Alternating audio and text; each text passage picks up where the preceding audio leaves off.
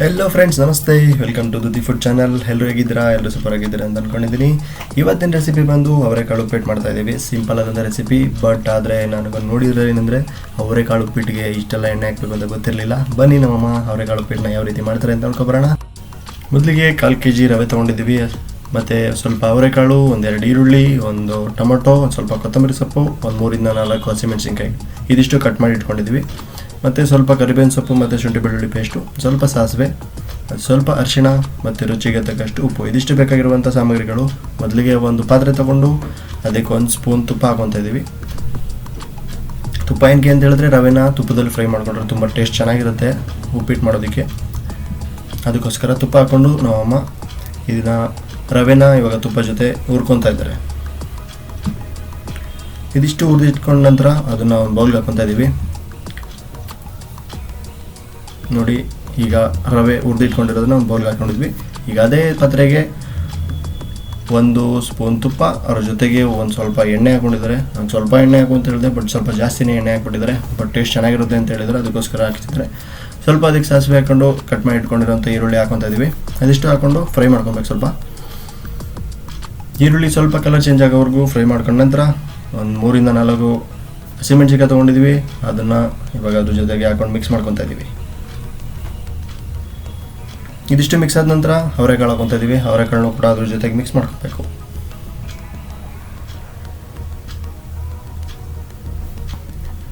ನೋಡಿದ್ರಲ್ಲ, ಅವರೆಕಾಳೆಲ್ಲ ಅದ್ರ ಜೊತೆಗೆ ಮಿಕ್ಸ್ ಮಾಡ್ಕೊಂಡಾಯ್ತು. ಅದಕ್ಕೆ ಸ್ವಲ್ಪ ಕರಿಬೇವಿನ ಸೊಪ್ಪು ಹಾಕೊಂಡು ಅದ್ರ ಮಿಕ್ಸ್ ಮಾಡ್ಕೊತಾ ಇದ್ದೀವಿ.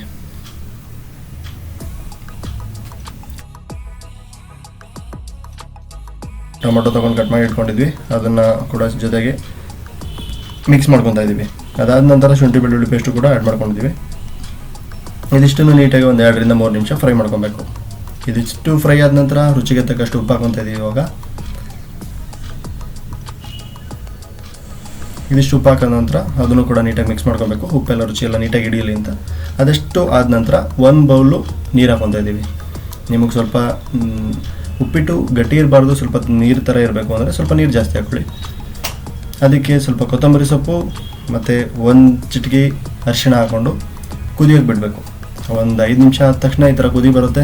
ಕುದಿ ಬಂದಿರೋವಂಥ ನೀರಿಗೆ ಇವಾಗ ರವೆನ ಹುರಿದಿಟ್ಕೊಂಡಿದ್ವಲ್ಲ ಅದನ್ನು ಸ್ವಲ್ಪನೇ ಹಾಕ್ಕೊಂಡು ಮಿಕ್ಸ್ ಮಾಡ್ಕೊಬೇಕು. ಇಲ್ಲ ಅಂದರೆ ಗಂಟಾಗ್ಬಿಡುತ್ತೆ.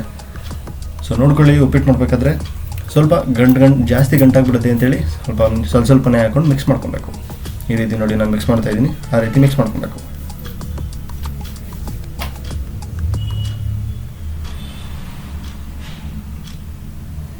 ನೋಡಿ, ಇದಿಷ್ಟು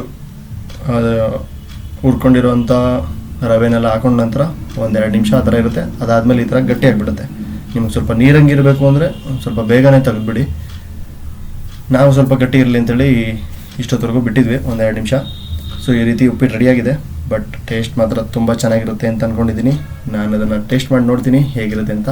ನೀವು ಒಂದ್ಸಲ ಟ್ರೈ ಮಾಡಿ ನೋಡಿ ಈ ರೀತಿ ಉಪ್ಪಿಟ್ಟನ್ನ ನಿಮ್ಮ ಮನೇಲಿ. ಆಲ್ಮೋಸ್ಟ್ ಉಪ್ಪಿಟ್ಟು ಅಂದರೆ ಆಲ್ಮೋಸ್ಟ್ ಎಲ್ಲರಿಗೂ ಆಗಲ್ಲ, ಬಟ್ ಆದರೂ ಒಂದ್ಸಲ ಟ್ರೈ ಮಾಡಿ ಅಂತ ಹೇಳ್ತಾ ಈ ವಿಡಿಯೋನ ಮುಗಿಸ್ತಾ ಇದ್ದೀನಿ. Thank you so much for watching. By.